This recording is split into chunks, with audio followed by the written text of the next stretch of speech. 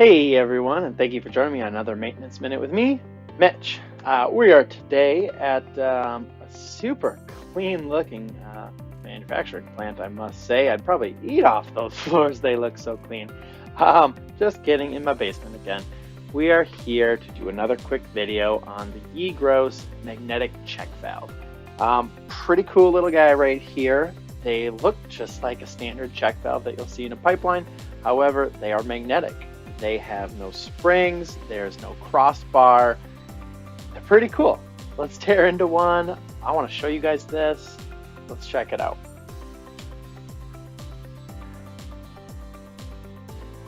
So the working principle of the magnetic series of this check valve is in a closed position, there's a rare earth magnet ring which is secured to this valve body on the inside. It provides a magnetic force that will act upon this shutter inside. This will provide ample closing to keep this valve closed when opposing flow is not present. In the open position, so when opposing flow is applied, the shutter will move away from the magnet, offering low resistance to flow to ensure pressure drop will be minimal. When it returns to the closed position, so let's say the opposing flow stops, the magnet, which can sometimes even be assisted by gravity or even just, the instance of the pressure in the pipe coming back, will attract that magnet or the shutter back into its seat, stopping any backward flow. So let's tear into it so you can see it.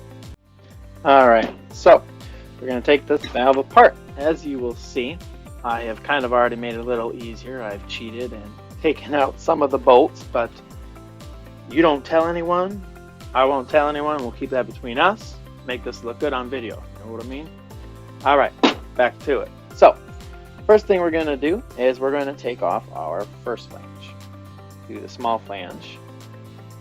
And so I'm going to take off my 3 bolts here that are nicely hand tightened for this beautiful video.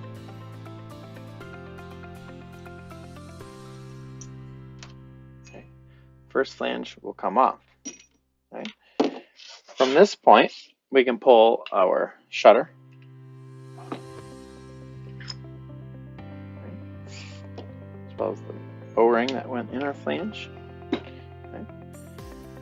Take off our second flange.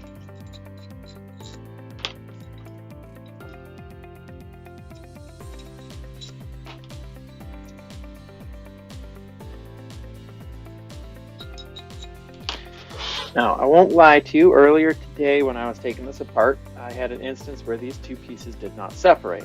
Real quick tidbit. You can see some little pinholes here. Let's take a nice little pin punch. I was able to just push slightly with the hammer, a little tap, and it popped right out. So, take out that second flange. And these would be all our pieces. So, for the ones that do need to be separated, just so you guys can see it, I have a little PDF here I can show you. So, you can see there's a compression seat. That's going to be what will actually hold my, I'll just call them the fins for the sake of right now, I'll hold my fins in place. All right, at that point, we can take a tool. I'm just gonna hold a wrench. I would put it in here and I would then pry it open counterclockwise, just like any old bolt, whatever. Comes apart, the O-ring then pops out. In the case of a one piece, all right, what you would do is we actually will then just cut the O-ring. I typically would just take a pick and dig right in, yank it out, pop the new one back in. They don't go right in, obviously it's a compression fit. So in the one pieces, obviously it needs to be more of a soft rubber because I need to be able to physically compress it into that groove. So when you have the harder rubbers, plasticky type, Teflon-y material, I'll say, that's when we need to be able to separate it, the real tight seal. Putting it back together is just as easy as it looked. So you know, the magnets on this check valve are also accessible. There is a little gasket here, goes all the way around, and those magnets are behind it. The manual will state that you can get to it if you need to take the magnets out. Just take caution. These are rare earth magnets, so there's a lot of strength to them. Not in the seal kit, but it is available. Just so you guys can Kind of see what I'm looking at.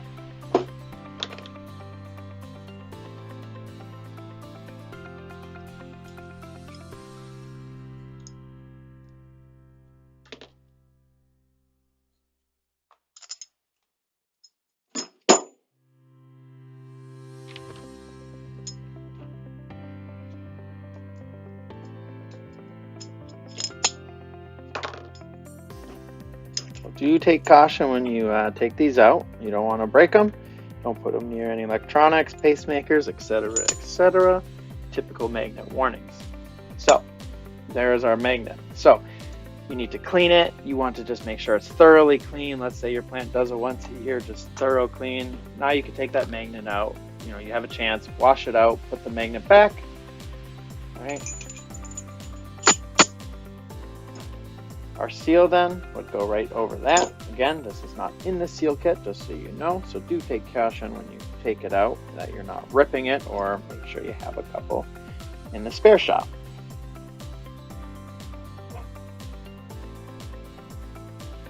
Just gonna press in that top edge.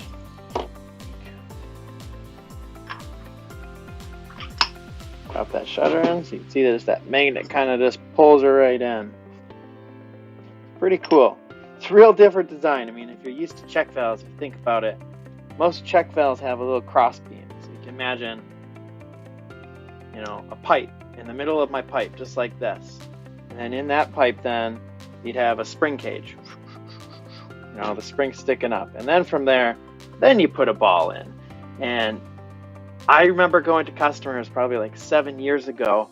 I don't remember the application, if it was egg or what, but they used to have an issue of shearing of the product. And basically, they would have special valves that would pull all the way out of the pipe, just because when their product would go through the pipe, it would come across an obstruction like that. It would, you know, in theory, they call it shear, split the product into two and reform, and they didn't like that because it caused issues with the final product.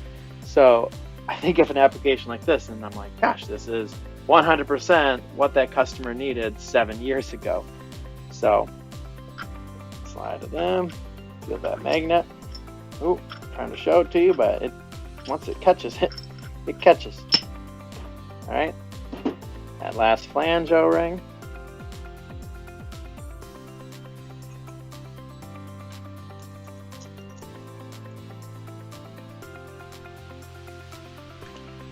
So continue on about the whole, you know, that no spring and no guide plate, no maintenance as a result of the broken spring. It's excellent for use in corrosive areas, you know, think of brine systems, etc. Real hygienic design because, you know, I think of those springs and cheese plants, stuff just sticks to everything, and take that spring out of the equation, you can have a lot bigger objects shooting through that pipe. I shouldn't say objects shooting through the pipes, just thicker product that won't stick to a spring. Just so you guys can see it, I have a second Ygros magnetic check valve here. This one, though, is obviously a little bit different, a little different shape and size, but nonetheless, same thing on the inside.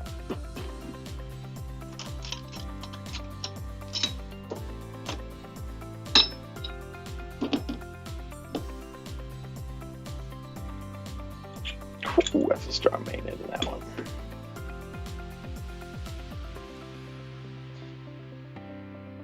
This part would then slide off to give access to the magnet. However, I have a display model that is super glued and I cannot get it open. So you get just the fun visual of seeing the shutter.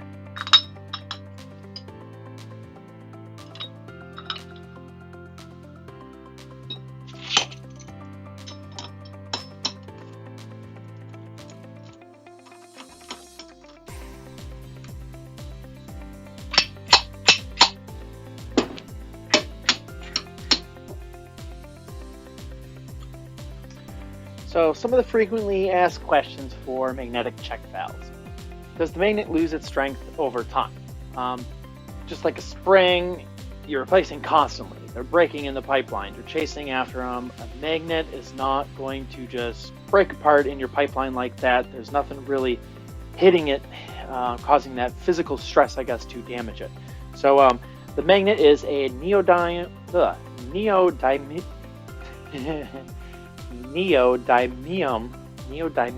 super or rare earth magnet.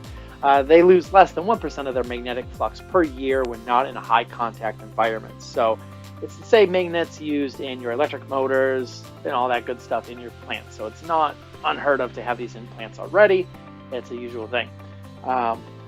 Another frequently asked questions on the magnetic check valve. How much more does it cost compared to a typical check valve? I would say typically 40 to 45% more, but keep in mind there's a lot less wear and tear. You're not replacing those springs, etc. So there's less pieces to this. You're talking 3 O-rings versus, the metal, the ball, etc., etc. There you have it. The Ygros magnetic check valve.